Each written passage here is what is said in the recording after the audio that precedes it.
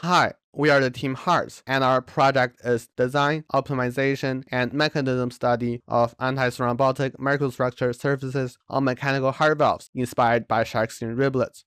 Our heart contains 4 heart valves. These are the heart valves. The heart valves keep the blood flow in the right direction. If these heart valves fails, valvular heart diseases occurs, and it is deadly because without these heart valves, our heart cannot pump blood anymore. Valvular heart diseases affects more than 30 million people worldwide every year.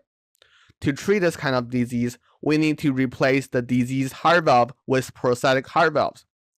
These are the prosthetic heart valves, and the most common one is this, Bileaflet Mechanical Valves. Bileaflet Mechanical Valves acts just like a normal valve. The blood passes through it, and these leaflets blocks blood flow. However, this blockage creates problems. When there is a blockage, it creates a large shear of the blood. The shear stress acts like a scissor, and it will cut through the blood cells. If the blood cells are damaged, thrombosis occurs.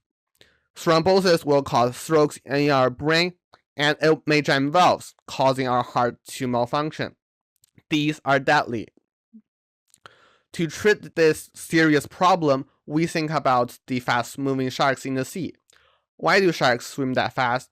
It is because that under skin there is tiny microstructures that can reduce drag. On the shark skin, there are these riblets. These riblets are basically channels that are parallel to the water flow. So the water flows from the left to right, and the riblet is also left-right direction. So we suppose that we can add these microstructures, the riblets, on mechanical heart valves, and there will be lower blockage, lower drag on these valves. So there will be lower shear stress and there will be lower thrombosis risk, and the problem is solved. We use 2 experiments to validate my guess. The first experiment, the particle image velocimetry experiment, demonstrates that adding these riblets can lower the blockage. And the second experiment, which is simulation, proves that adding these riblets lower the shear stress. Firstly, we use the PIV experiment to prove that the riblets decrease blockage. We use speed to measure blockage. We manufactured a leaflet that on one side of it contains these channels, the riblets, and the other side remains smooth. So we can compare the velocity on the 2 sides, the 2 holes. Higher velocity means low blockage. And this is our experimental devices. These are my results. On the left side, there is these channels, and on the right side, it remains smooth. So we can compare the velocity on the left and on the right. We can find that there is higher velocity on the riblet side. The left part is the riblet side, and the right part is the smooth side. So there is higher velocity on the riblet side. It means that the riblets can decrease blockage, so the PIV experiment is successful. And secondly, we use simulation to improve these riblets, the parameters of it. The riblets are basically these triangular-shaped, sawtooth-shaped channels. And we use different models and use Fluent as a simulation. These are my results. We want to find the graph with the lowest amount of red area, because high red area means high thrombosis risk. So we can find that this configuration, the 0.5 millimeter depth, 28 degrees configuration, is the best configuration of the microstructures.